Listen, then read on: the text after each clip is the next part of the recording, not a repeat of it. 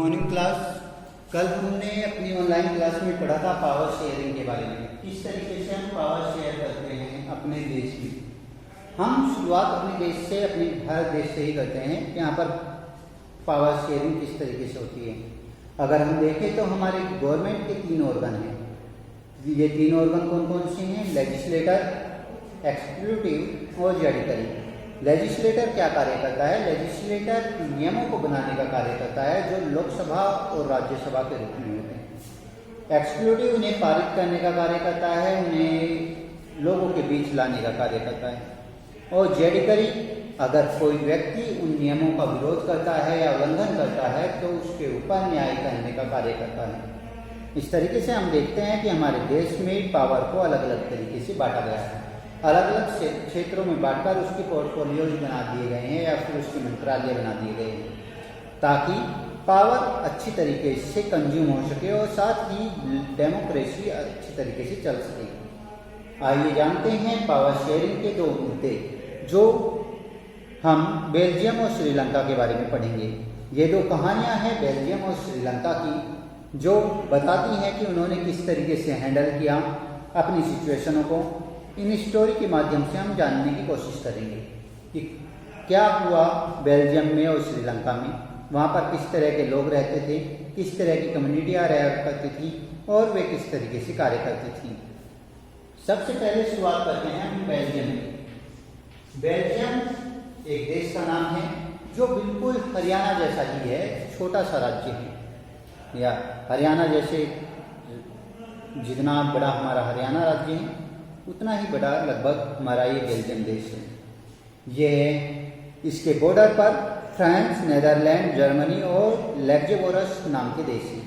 जैसा कि आप जानते हैं कि भारत में यूपी के आसपास पंजाब, हरियाणा, राजस्थान जैसे राज्य आते हैं, जिसके कारण हम काफ़ी हद तक हरियाणवी भाषा भी समझ लेते हैं, पंजाबी भाषा भी समझ लेते हैं और राजस्थानी भी भाषा भी समझ लेते हैं। इसके अलावा यहाँ पर कुछ लोग ऐसे भी हैं जो पंजाबी भाषा बोलने वाले हैं, राजस्थानी भाषा बोलने वाले हैं या फिर हरियाणवी भाषा बोलने वाले हैं। उसी तरीके से हमारे जो बेल्जियम क्षेत्र है उसमें भी आसपास की भाषा बोलने वाले लोगों का समुदाय है। जैसे कि हम देखते हैं कि 59% लोग जो फ्लेमिश क्षेत्र में निवास करते हैं, 59% लोग जो फ्लेमिश क्षेत्र में निवास करते हैं वे डच भाषा बोलते हैं। Any problem? इसके अलावा यहाँ पर 40% ऐसे लोग हैं जो वॉलोनिया क्षेत्र में निवास करते हैं और ये फ्रांसीसी भाषा बोलते हैं, फ्रेंच भाषा बोलते हैं। 40% दैट पर्सन वॉलोनिया क्षेत्र में रहते हैं और फ्रेंच बोलते हैं।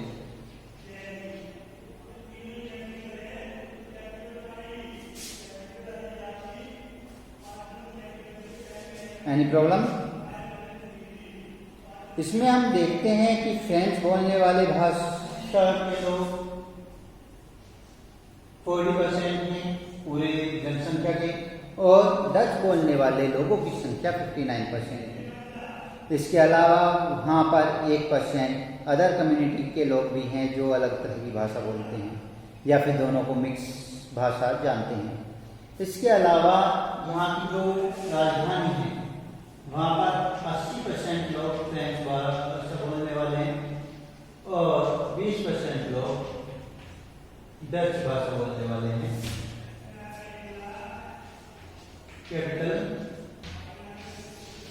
जो कैपिटल सिटी है बेल्जियम की, वहाँ पर डच भाषा बोलने वाले लोगों की संख्या कम है, यहाँ जबकि फ्रेंच भाषा बोलने वाले लोगों की संख्या ज़्यादा है। इस तरीके से हम देखते हैं कि इन लोगों में काफ़ी मतभेद देखने को मिलते हैं। ये लोग चाहते हैं, क्योंकि डच भाषा बोलने वाले लोगों की संख्या ज़्यादा है तो वे चाहते हैं कि सत्ता में उनका अधिकार हो, जबकि राजधानी में फ्रेंच भाषा बोलने वाले लोगों की संख्या ज़्यादा है और जो काफ़ी धनवान भी हैं वे लोग चाहते हैं कि सत्ता में उनका अधिकार हो। ऐसी स्थिति में इनके बीच काफ़ी हद तक लड़ाइयाँ होती रहती हैं या फिर मतभेद होते रहते हैं, झगड़े होते रहते हैं। इसी तरह की एक सिचुएशन देखते हैं हम श्रीलंका की। श्रीलंका एक द्वीप की तरह है जो भारत के साउथर्न पार्ट में निवास करता है। यहाँ पर हम देखते हैं कि यहाँ पर सिंघाला भाषा बोलने वाले लोग जो बुद्धिस्ट धर्म से बिलोंग करते हैं, इनकी मेजॉरिटी सबसे ज़्यादा है। ये 74% है जो सिंघाला लैंग्वेज बोलते हैं। Any problem? इसके अलावा तमिल स्पीकर जो हैं या तमिल भाषा बोलने वाले जो लोग हैं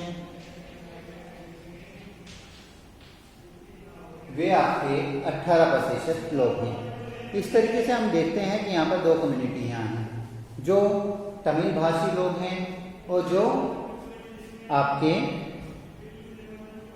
सिंहाला भाषी लोग हैं या सिंहाला भाषा बोलने वाले लोग हैं। तो ये लोग उसी तरीके से सत्ता का बंटवारा चाहते हैं, उसी तरीके से चाहते हैं कि सिंहाला भाषा को ही राज्य की भाषा घोषित कर दिया जाए। यहाँ तक कि श्रीलंका में सिंहाला भाषा को आपकी ऑफिशियल लैंग्वेज घोषित भी कर दिया गया है, जिसकी वजह से काफ़ी कॉन्फ्लिक्ट देखने को मिलते हैं और देखने को मिलता है कि ये लोग आपस में ही गृह युद्ध की स्थिति पर पहुंच चुके हैं। क्योंकि जो भी आपके स्कूल्स वगैरह हैं, जो भी आपके इंस्टीट्यूशन वगैरह हैं, सभी में सिंहाली लैंग्वेज यूज की जाती है, जो तमिल भाषी लोगों को पसंद नहीं है, या फिर ये कहा जा सकता है कि उससे पढ़ पाना उनके लिए काफ़ी मुश्किल होता है। ऐसी स्थिति में हम देखते हैं कि ये लोग काफ़ी हद तक एक दूसरे से मतभेद रखते हैं और एक दूसरे से लड़ते झगड़ते रहते हैं। काफ़ी हद तक सिंहाला लैंग्वेज के साथ साथ तमिल भाषा में भी यहाँ पर 13% ऐसे लोग हैं जो श्रीलंकाई तमिल बोलते हैं। इसके अलावा बाकी के जो लोग हैं वे इंडियन तमिल बोलते हैं। इसके अलावा 7% लोग यहाँ पर ऐसे हैं जो मुस्लिम कम्युनिटी से बिलोंग करते हैं और साथ ही कुछ लोग ऐसे हैं जो हिंदू कम्युनिटी से बिलोंग करते हैं, हिंदू और मुस्लिम कम्युनिटी से बिलोंग करते हैं।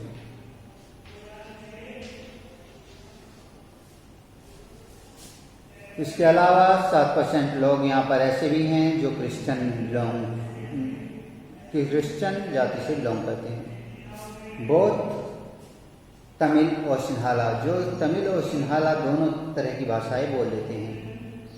मेजॉरिटी इन श्रीलंका, आइए जानते हैं मेजॉरिटी क्या दिखाती है, मेजॉरिटी क्या दिखाता है। क्योंकि श्रीलंका में सबसे ज़्यादा लोग 70% सिंहाला लैंग्वेज बोलते हैं, तो यही कारण है कि वहाँ पर जो ऑफिशियल लैंग्वेज घोषित कर दी गई, जिसका रिजल्ट ये रहा कि वहाँ पर मेजॉरिटी के कारण सिंहाला भाषा को वहाँ की ऑफिशियल लैंग्वेज घोषित कर दिया गया। 1956 an act was passed to recognize Sinhala is the only official language।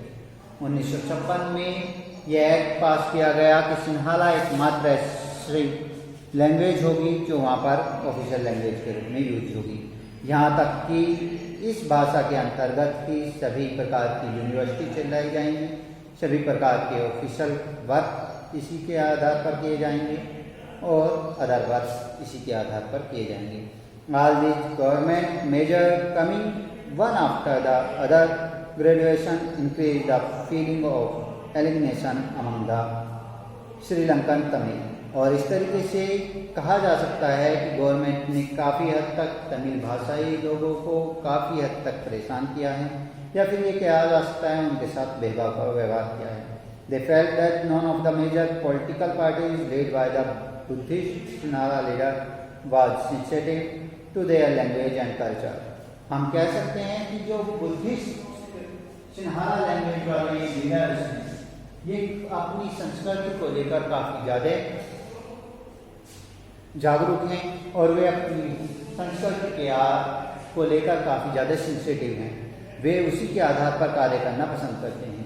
इस तरीके से हम पाते हैं कि ये लोग खास कर से उन लोगों के साथ बुरा व्यवहार कर सकते हैं, जिसका रिजल्ट ये निकलता है कि तमिल भाषा के जो लोग हैं या तमिल भाषी जो लोग हैं श्रीलंका में, वे इन बहुसंख्यक लोगों का या फिर इन मेजॉरिटी में रहने वाले लोगों से काफ़ी हद तक प्रभावित होते हैं। या फिर उनके साथ बुरा व्यवहार किया जाता है। The Sri Lankan Tamil launched partage and struggle for the recommendation of the Tamil as an official language for religious autonomy and equality of the opportunities in securing education and job. Sri Lankan Tamil भाषी लोगों ने अपनी खुद की एक community बना ली है, अपनी खुद की एक पार्टी बना ली है जो सभी कार्य तमिल भाषा में करती है। उन्होंने अपनी भाषा को तमिल भाषी बना दिया है या ऑफिशियल लैंग्वेज को तमिल दिखा दिया है। वे अपने आधार पर कार्य कर रहे हैं और साथ ही चाहते हैं कि एजुकेशन और अपॉर्चुनिटी में उन्हें समान अधिकार मिले, जॉब भी उन्हें समान रूप से मिले। But they are demand for more autonomy to province populated by the Tamil were rapidly declined. मुख्य रूप से ये समझा जा सकता है कि बहुसंख्यक होने के कारण सिन्हाला लोगों द्वारा इन तमिल लोगों को बार बार देखना पड़ता है, या फिर ये कहा जा सकता है कि ये जो तमिल लोग हैं ये बार बार उसी तरीके से निराश हो जाते हैं, उन्हें अपनी चीज़ें नहीं मिलती, जिसकी वजह से विभिन्न प्रकार के कॉन्फ्लिक्ट देखने को मिलते हैं और ये कॉन्फ्लिक्ट धीरे धीरे सिविल वार का रूप ले रहे हैं या गृह युद्ध का रूप ले रहे हैं। आइए जानते हैं सिविल वार क्या है। A violence conflict between opposition groups within a country that becomes so intense that it appears like a war।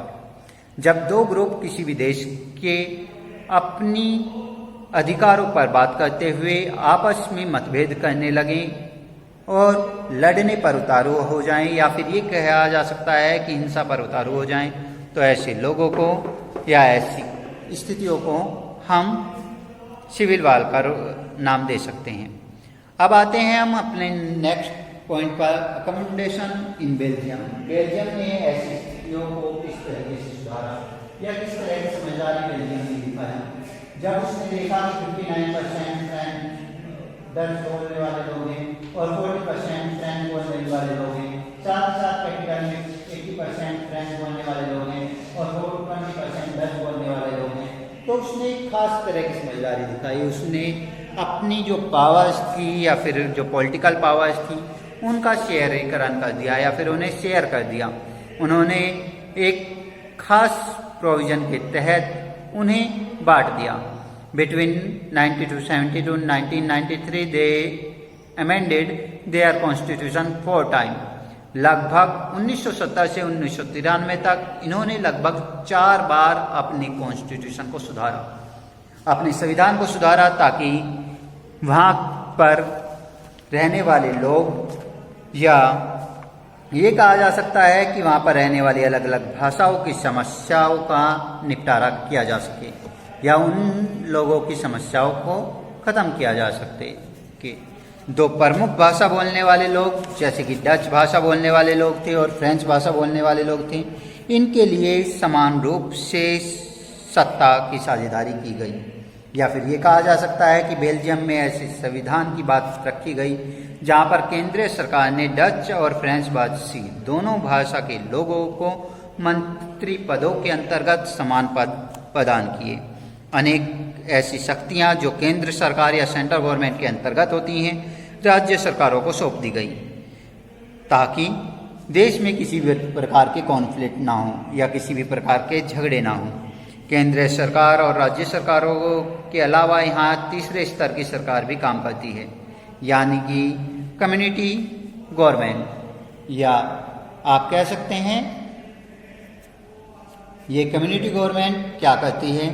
इन सरकार के पास सांस्कृतिक, शैक्षिक और भाषाई, या फिर हम कह सकते हैं कि ये लीगल रूप से कार्य करती है हमारे कल्चर पर, उस क्षेत्र के, और साथ ही साथ उस क्षेत्र की लैंग्वेज पर, उस क्षेत्र के सभी संबंधित मामलों पर, कल्चर पर, संस्कृति पर, शिक्षा पर, कि वह समान रूप से चल रहे हैं या नहीं हैं। इस तरीके से हम यहाँ पर देखते हैं कि यहाँ पर एक यूरोपीय फेडरेशन का निर्माण हुआ। इस यूरोपीय फेडरेशन का कार्य क्या था? Union of 28 countries. ये यूरोपियन फेडरेशन आपकी 28 कंट्रियों को रिप्रेजेंट करती थी। ये संकेत पूर्ण रूप से किस पर कार्य करती थी? ये कार्य करती थी कि किसी भी प्रकार के झगड़े ना हो, यूनिटी इन डाइवर्सिटी, की अनेकता में एकता बनी रहे। एक बार ऑन यूनिटी इन डाइवर्सिटी, ये अनेकता पे एकता पर कार्य करती थी। एक तरीके से हम कह सकते हैं कि अलग अलग भाषा के लोग होने के बावजूद भी, अलग अलग धर्म के लोग होने के बावजूद भी यह कार्य करती थी उन लोगों पर या उस तरह की सिचुएशंस पर जिसमें यह अपनी बात रख सकती थी और साथ ही उस तरह के झगड़ों को रोक सकती थी जिसकी वजह से देश को नुकसान हो। ऐसी स्थिति हम इस फिगर में देख सकते हैं जो नीचे की तरफ हमें दिखाई गई है। The photograph here is of street address in Belgium. ये बेल्जियम का एक स्ट्रीट का एड्रेस है जो दोनों भाषाओं में दिखाया गया है, जो आपकी ग्रीक भाषा में भी डच भाषा में भी दिखाया गया है और फ्रेंच भाषा में भी दिखाया गया है, ताकि वहाँ पर किसी भी प्रकार के झगड़े ना हो। जैसे कि आप भारत में भी देख सकते हैं कि भारत में विभिन्न प्रकार से सभी जो रेलवे स्टेशन हैं वहाँ पर 3 भाषाओं का यूज किया जाता है। हिंदी भाषा जो सभी लोगों द्वारा बोली जाती है, ज़्यादातर समझी भी जाती है। इसके अलावा उर्दू भाषा और इंग्लिश भाषा, ताकि लोगों में किसी भी प्रकार के झगड़े ना हो, वे चीज़ों को आसानी से समझ सकें और अपने अधिकारों के तहत कार्य कर सकें। इसी तरह की एक फिगर दिखाई गई है आपकी एक कार की, जिसमें 2 हैंडल लगे हुए हैं। ये कार दिखाती है एक ऐसे संकेत को जिसमें हम 2 अलग अलग समुदायों द्वारा एक देश के चलाए जाने पर गौर कर सकते हैं। जैसे कि बेल्जियम में हम देख रहे हैं कि डच भाषी लोग और फ्रेंच भाषी लोग 2 अलग अलग भाषा के लोग हैं और उनके द्वारा सरकार चलाई जा रही है। वे अलग अलग तरीके से सोचते होंगे, अलग अलग तरीके से कार्य करते होंगे, लेकिन उसके बावजूद भी वे सरकार को चला रहे हैं। उसी तरह की सिचुएशन इस तरह की पेंटिंग में हम देख रहे हैं जो जर्मनी की है, जहाँ पर डेमोक्रेटिक पार्टी 2 बड़ी पार्टियाँ हुआ करती थी, क्रिश्चियन डेमोक्रेटिक पार्टी और सोशल डेमोक्रेटिक पार्टी, जो गठबंधन से सरकार बनाई जिन्होंने, लेकिन किसी की भी पार्टी इतनी अधिक पावरफुल नहीं रही कि वह अकेली सरकार बना पाए। तो ऐसी स्थिति में उन्होंने गवर्नमेंट की जो साझेदारी की वो आपस में बांट ली। इस तरीके से हमने देखा कि दोनों दल अलग अलग तरीके से अलग अलग पक्ष लेते थे, फिर भी वहाँ साथ मिलकर सरकार को चलाया जा रहा था। इस लेसन को यहीं तक रखते हैं, कल इसे आगे कंप्लीट करेंगे।